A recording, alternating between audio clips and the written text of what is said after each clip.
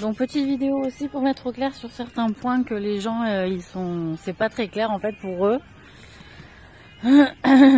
Donc déjà la différence entre le baga et le chamanisme, non pardon, l'animisme, que je me plante pas. Donc la différence entre le baga et l'animisme, c'est que le baga c'est un ensorcellement d'un objet inerte, ok, donc d'une matière, d'un matériel.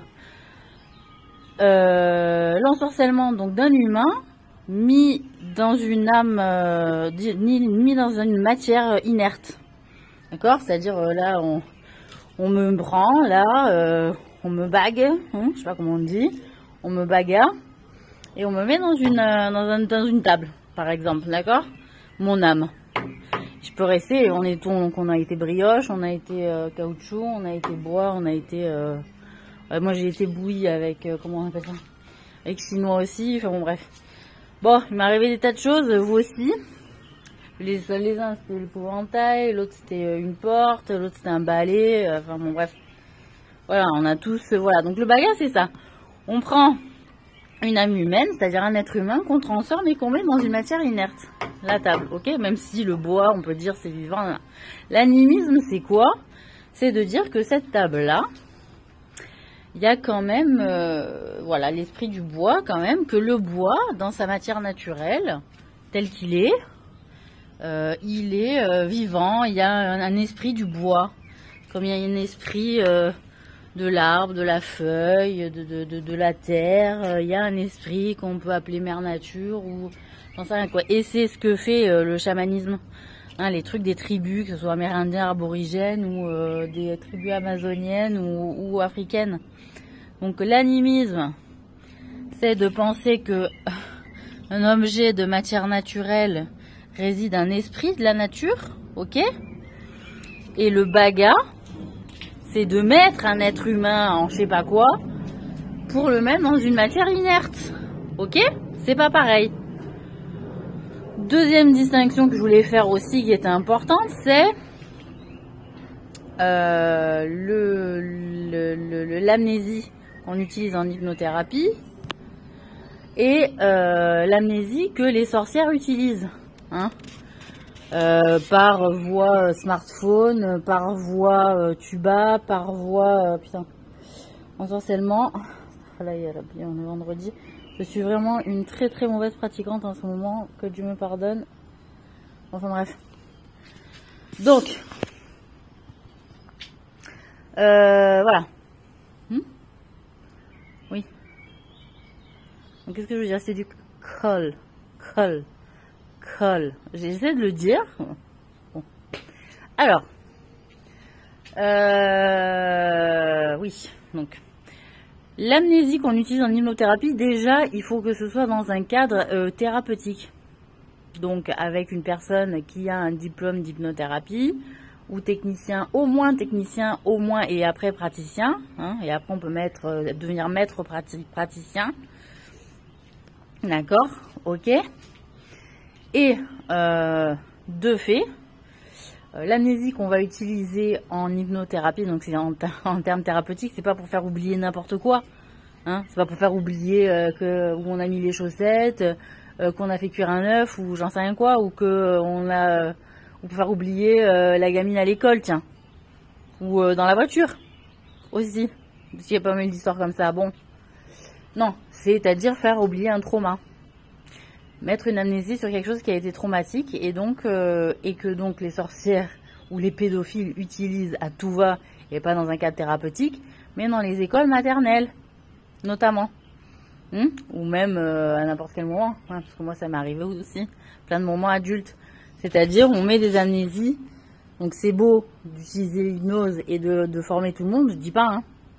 Là c'est vrai que je m'adresse aussi à l'Arche et à Kevin Finel qui fait des cabinets publics en veux-tu en voilà pour former à l'hypnose, mais les gens ils sont pas tous bienveillants, et que le problème c'est que pareil, on donne une arme, on sait pas comment ça va être utilisé, et que donc l'amnésie, ça faisait longtemps que ça existait déjà, c'est Jung qui s'en est un petit peu inspiré au départ avant Freud, et je crois qu'après, après il y a eu Erickson évidemment, voilà, donc après, moi ce que je dis, c'est que est-ce que c'est dangereux d'autant former les gens à l'hypnothérapie en soi? ou à l'hypnose, oui, parce que de fait, il y a des maîtresses d'école, moi je l'ai constaté, qui l'utilisent sur des gosses lorsque ils sont pris un peu en cachette, hein, entre guillemets en cachette devant tout le monde quand même, pour les envoyer se faire en papaouter discrètement et qu'ils aient une amnésie dessus. Donc il y a des techniques d'amnésie et Chantal sait faire ces techniques-là.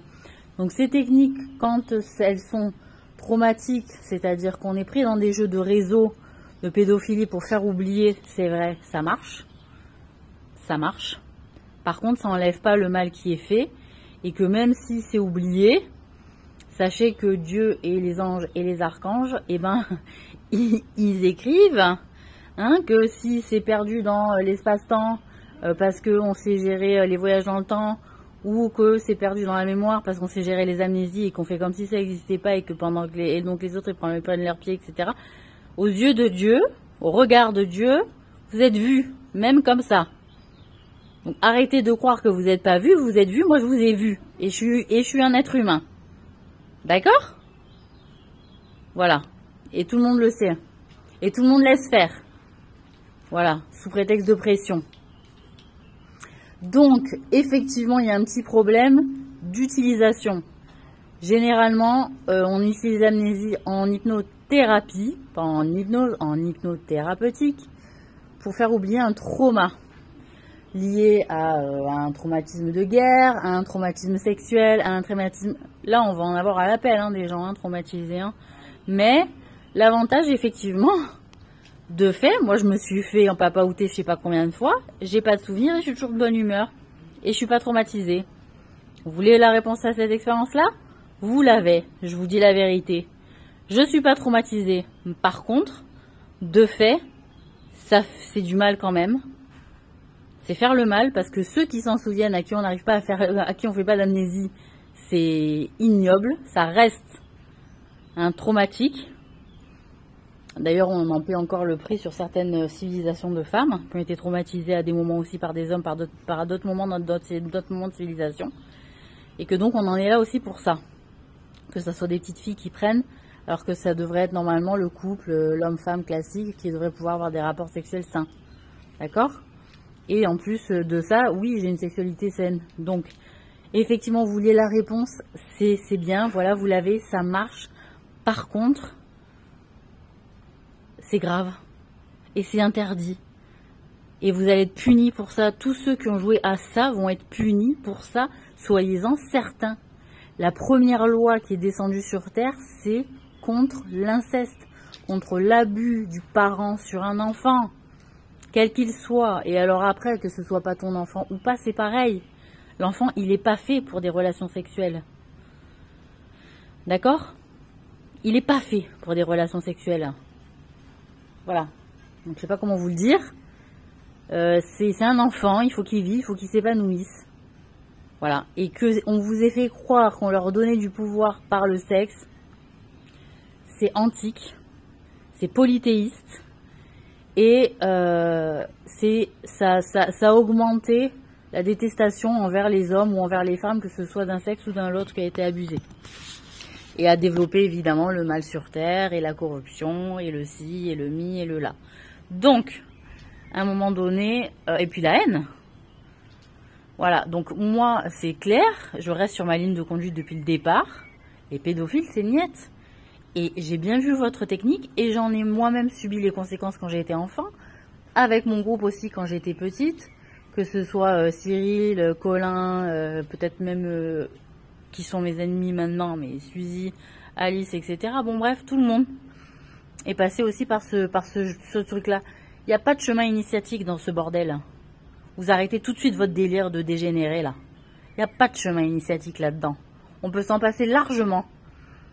Et moi j'ai eu l'impression de m'en passer largement et ça m'a pas rendu... de fait de pas le vivre, consciemment en tout cas, c'est pas ça qui m'a aidé à m'épanouir, je peux vous le dire. Moi, c'est la religion qui m'a aidé à m'épanouir. C'est un environnement quand même, en apparence, relativement sain, stable, en apparence. Hein. Je suis funambule hein, quand même, je pense, hein, dans la tête hein, quand même. Hein. Bon, voilà. mais avec un filet un peu en dessous aussi, avec le père, un peu la mère, voilà. Hein.